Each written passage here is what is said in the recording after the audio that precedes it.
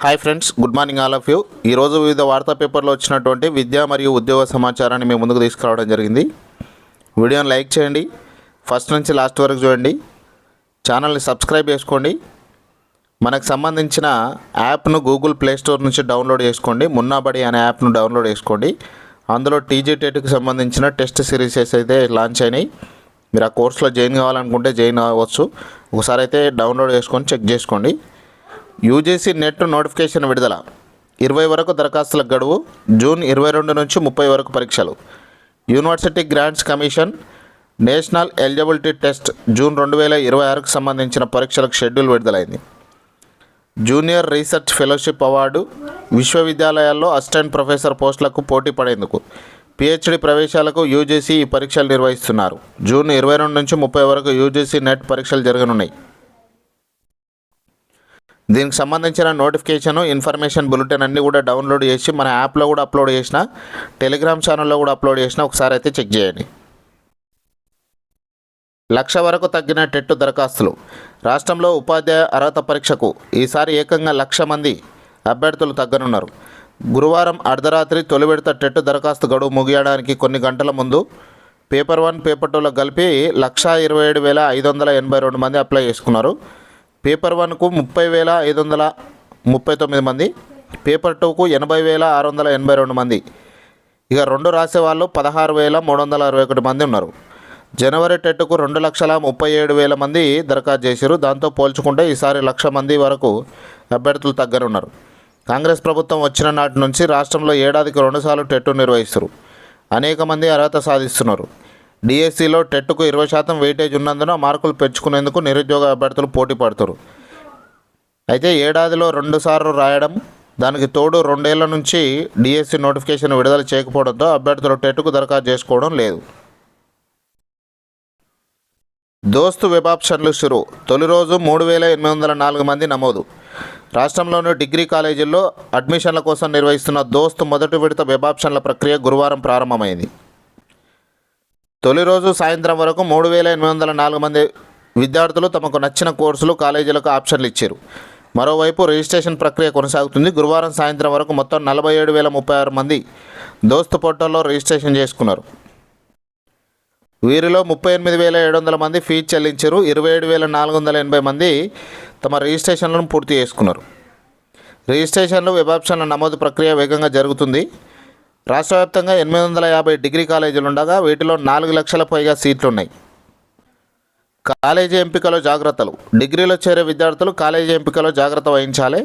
College ప్రాధాన్యత, faculty సంఖ్యతో పాటు వారి అర్హతలు, లైబ్రరీ, ల్యాబ్ల సదుపాయాలతో పాటు ఇతర మౌలిక వసతులను తెలుసుకోవాలి. కాలేజీలో ఎక్స్ట్రా కరికులం యాక్టివిటీస్ వివరాలు గుర్తించాలి. ప్లేస్మెంట్పై శ్రద్ధ చూపాలి. ఇక తొలి విడత రిజిస్ట్రేషన్లు మే 7 వరకు ఉంటుంది. మే 8 వరకు నమోదు చేసుకోవచ్చు వెబ్ ఆప్షన్స్. తొలి దశ సీట్ల కేటాయింపు మే 14. తొలి దశ ఆన్లైన్ సెల్ఫ్ రిపోర్టింగ్ మే 15 నుంచి 23 వరకు ఉన్నది. ఇక రెండో విడత మే 15 నుంచి 25 వరకు ఉంటుంది. మే 15 నుంచి 26 వరకు వెబ్ ఆప్షన్లు ఇచ్చుకోవాలి. సీట్ల కేటాయింపు మే 30న. సెల్ఫ్ రిపోర్టింగ్ మే 31 నుంచి జూన్ 5 వరకు. ఇక మూడో విడత రిజిస్ట్రేషన్లో మే 31 నుంచి జూన్ 16 వరకు.